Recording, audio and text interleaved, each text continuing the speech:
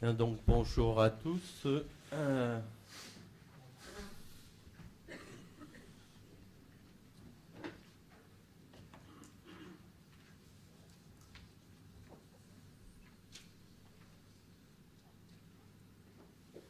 Voilà, donc avec Frédéric Poulain, nous allons vous donner un petit aperçu rapide sur ce qu'on peut donc appeler le pôle de compétences régionales sur l'agroalimentaire en Pays de la Loire, qui a déjà été positionné par Pierre Saille et par Monsieur Tremblay tout à l'heure.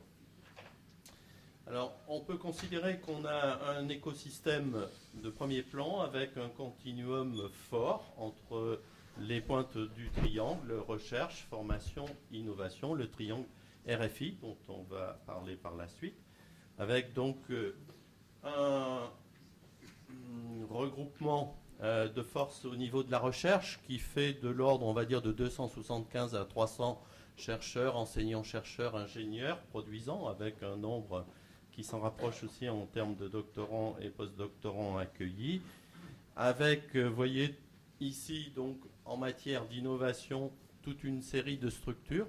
On en a peut-être oublié quelques-unes, même sur le diaporama, où chacune donc s'est saisie de missions sur, on va dire, des opérations et des périmètres particuliers, avec donc une complémentarité qui va en partie être illustrée aujourd'hui. Et puis bien sûr, pour un bon nombre d'opérateurs, donc la formation et l'enseignement supérieur ou l'enseignement professionnalisant est présent également dans le territoire. Alors, une stratégie collective a progressivement émergé, s'est construite, est en train de se formaliser, donc sur des actions, on peut dire, de programmation partagée, dans le respect, bien sûr, de la personnalité des différentes structures parties prenantes. Donc, on va vous donner ici juste un petit aperçu sur deux opérations. Donc, le premier niveau, celui qui a donc débuté déjà il y a 2 ans à peu près, c'est la définition de la stratégie régionale de recherche. On va parler à ce moment-là uniquement de recherche et pas du triangle RFI dans son entier. Donc, qui a été conduit dans le cadre de la commission thématique du comité consultatif régional de la recherche et du développement technologique des Pays de la Loire, sur une commission donc avec un périmètre végétal agroalimentaire mer, qui est une commission qui a été formée pour être commune avec celle du PRES, donc le PRES Université Nantes-Angers-Le Mans. Alors ça a commencé bien sûr par un diagnostic stratégique qui a été instruit et formalisé. Donc un prolongement a été donné, on va dire, sur le courant de l'année 2013 avec la définition donc ce qu'on appelle une approche intégrée, qui est une action de coprogrammation, enseignement supérieur, recherche-innovation, donc SRI ou RFI, sur l'alimentation et l'agroalimentaire, avec un positionnement qui va vous être explicité tout à l'heure. Donc une structuration voulue pour donner de l'organisation concrète, améliorer la visibilité internationale et appuyer les champs d'excellence régionaux là où la masse critique est présente. Alors ça va être un survol. Pour ma part, je vais donc juste vous décrire de très haut la notion donc de stratégie régionale qui a été élaborée dans le cadre de la commission thématique végétale agroalimentaire mer. Donc 3 thématiques fédératrices, grandes thématiques, macro-thématiques on pourrait dire, ont été identifiées, avec une thématique complémentaire transversale qui concerne les leviers méthodologiques. Donc la première de ces thématiques concerne la gestion durable des productions et des produits, avec notamment des focus santé et sécurité. La deuxième, la construction durable donc de la qualité des aliments. Et la troisième, qui concerne la valorisation pour les usages non alimentaires, ne sera pas redécrite ici aujourd'hui. Donc les mots-clés les plus forts dans la première macro-thématique relèvent donc des risques émergents, que les dangers soient biologiques, chimiques, à l'échelle de territoires et de populations éventuellement particulières. Une thématique sur la robustesse des animaux et la résilience des systèmes d'élevage. Et enfin, une thématique de gestion de la santé des populations, bien sûr, sur les territoires. Là aussi, il peut s'agir de populations spécifiques. Ensuite, des mots-clés, grands mots-clés sur la construction durable de la qualité des aliments avec des approches multifactorielles de qualité de la production primaire en la regardant pour ses usages consommation directe, transformation ou extraction de molécules d'intérêt. Un deuxième volet sur l'éco-conception et la construction des assemblages et des matrices alimentaires, avec notamment la prise en compte de la réorientation nécessaire du sourcing et l'assemblage, des assemblages qui visent l'obtention de nouvelles propriétés. Et enfin, le dernier volet, donc la déconstruction des matrices alimentaires, notamment à des fins d'ingénierie reverse. En matière de leviers méthodologiques, je ne vais pas les détailler, ce serait trop fastidieux. Là aussi, il s'agit de grandes catégories, donc on trouve des méthodes et des outils avancés d'analyse chimique et structurale, des approches bien sûr de type omique et big data, la modélisation d'équipements à faible impact environnemental et ensuite leur qualification dans des applications, la modélisation dynamique des systèmes complexes qui est appliquée à différents objets et enfin des approches filières globales également.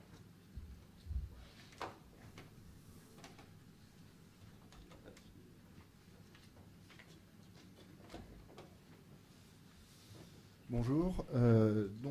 Henri vous a présenté ce qu'on peut appeler le socle de base de compétences des unités de recherche. Et collectivement, avec la région, on s'est dit qu'avec l'ensemble des compétences et de l'excellence identifiées lors de cette réflexion stratégique, au vu du potentiel de formation des acteurs présents sur le territoire et puis du poids économique de l'agroalimentaire en région, on pouvait essayer d'engager une autre, de passer encore un cap en termes de dynamique collective. Et donc, on a engagé sur le thématique de l'alimentation ce qu'on appelle l'approche intégrée, RFI, recherche, formation, innovation. Donc cette approche intégrée a conduit à la définition et l'identification d'un pôle, qui est transition et adaptation des systèmes alimentaires pour l'aliment de demain, dont vous voyez les différentes, les missions et la vocation décrites ici. Si on simplifie un petit peu, on pourrait dire que nous savons individuellement faire beaucoup de choses. Nous sommes reconnus au niveau académique et au niveau de nos relations partenariales individuellement sur ces thématiques. Mais l'idée, c'est qu'est-ce qu'on peut faire de différent, d'innovant ensemble. Donc je vous propose, au vu du temps dont nous disposons, de focaliser plus spécifiquement sur la partie recherche de ce RFI, le volet recherche, donc qui, comme vous pouvez le voir, couvre l'ensemble de la chaîne alimentaire, de la production jusqu'à la consommation et le lien entre alimentation et santé.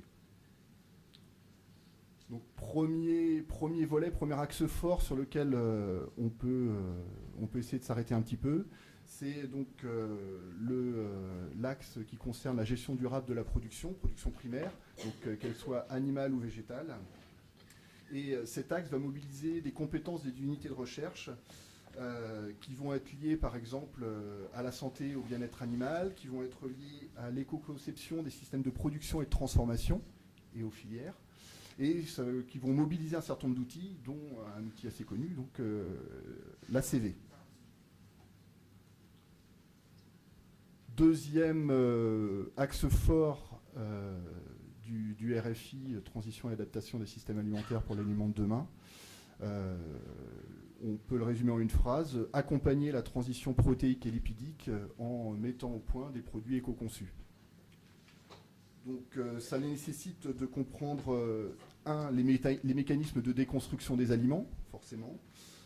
Ça nécessite de comprendre aussi le lien entre la composition, la formulation, la structure et les procédés, et d'identifier ou d'arriver à cerner l'impact de ces différents éléments sur la sensorialité de l'aliment. Un troisième axe fort de ce RFI, c'est un axe transversal à l'ensemble de la chaîne alimentaire, c'est la sécurité sanitaire des aliments.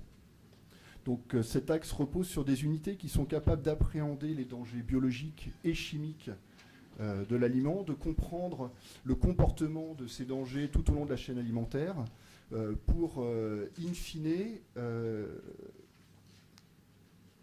développer des outils de maîtrise et des technologies innovantes, par exemple de stabilisation des aliments. En d'autres termes, dans un contexte de transition, quel est l'impact des nouvelles pratiques de production, de transformation et de consommation sur la sécurité sanitaire des aliments?